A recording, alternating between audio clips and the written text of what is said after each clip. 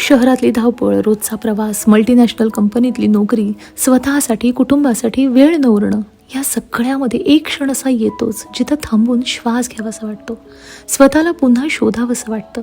तुमच्या बाबतीत असं घडलंय का हो? माझ्या बाबतीत घडलं आणि तेव्हा सुरुवात झाली कलाक्षेत्राची, ज्याने आयुष्याला नवा अर्थ आणि नवा संदर्भ दिला. प्रत्येकाच्या आयुष्यात चढ उतार हे असतातच. कधी छोट्या छोट्या गोष्टींसाठी खूप संघर्ष करावा लागतो, कधी त्याला यश मिळतं, तर कधी आपण योग्य असूनही फेवरिझम, छुप राजकारण यातून यश हुलकावणी देतं.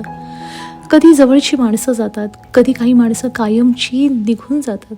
तेव्हा आयुष्यात एक शांत पण बोचरी अशी पोकळी निर्माण होते. हे सगळं असलं तरीही 2025 हे खास वर्ष ठरलं. वर्षानुवर्षांची सुप्त इच्छा होती जे स्कूल ऑफ आर्टमध्ये शिकण्याची, आणि या वर्षी एका कोर्सच्या निमित्ताने ती पूर्ण झाली. ज्या वास्तूमध्ये दिग्गजांनी काम केलंय त्यांच्या स्पंदनांनी भारलेल्या जागेत थोडे दिवस का असेना पण काम करण्याची संधी मिळाली, आणि तो अनुभव अतिशय समृद्ध करणारा होता. लहानपणी ना आई बाबा कीर्तन प्रवचनाला घेऊन जायचे, तेव्हा वाटायचं आपल्याला कधी असं जमेल का. आणि आज इतक्या वर्षांनंतर नारदांच्या गादीवर उभं राहण्याची अधिकृत संधी मिळाली. हा क्षण सन्मानापेक्षा जबाबदारीची जाणीव करून देणारा होता. निवेदन, प्रवचन, व्याख्यान आणि यावर्षी कीर्तनाच्या माध्यमातून विविध व्यासपीठांवर सेवा करता आली. इंजिनिअरिंग क्षेत्रातल्या व्यक्तीला ह्या मंचावर स्वीकारलं जाणं, ऐकलं जाणं हे माझ्यासाठी खूप मोठ्या मान्यतेची पावती होती.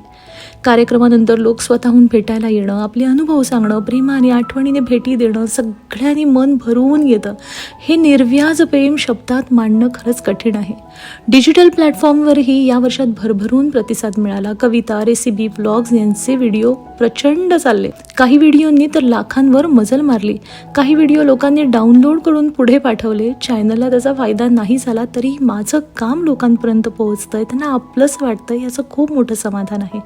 आज जे व्हिडिओ शांत सुंदर वाटतात ना, खरं तर ते बनवताना कधी वैचारिक गोंधळ, कधी मनातली अस्वस्थता, आणि ह्या सगळ्यातून जात असताना एक एक विषय, एक एक व्हिडिओ आकार घेत जात. आणि जेव्हा पूर्णपणे अपरिचित माणसं कमेंट्स किंवा DM करून सांगतात ना की तुमचा व्हिडिओ बघून रिलॅक्स वाटलं, उभारी मिळाली, तेव्हा या सगळ्या कष्टाचं सार्थक झाल्यासारखं वाटतं. नवनवीन कवी, लेखक स्वतःहून संपर्क साधून त्यांच्या कविता, लेख सादर करायला सांगतात, तेव्हा त्यांचा विश्वास, प्रेम मला योग्य दिशेने चालल्याची खात्री देतं. प्रवास अजून खूप पुढचा आहे, पण म्हणतात ना, हजारो ख्वाहिशी ऐसी की हर ख्वाहिश पे दम निघले. पण रोज त्या दिशेने थोडं थोडं पुढे जाणं ही नितांत सुंदर प्रक्रिया आहे, ज्यासाठी मी प्रामाणिकपणाने, जबाबदारीने, सचोटीने प्रयत्न करते. पण तुमचं प्रेम, सहभाग, प्रोत्साहन, आशीर्वाद सतत मिळत राहावे हीच नम्र अपेक्षा. या प्रवासाचा भाग होण्यासाठी मनापासून धन्यवाद.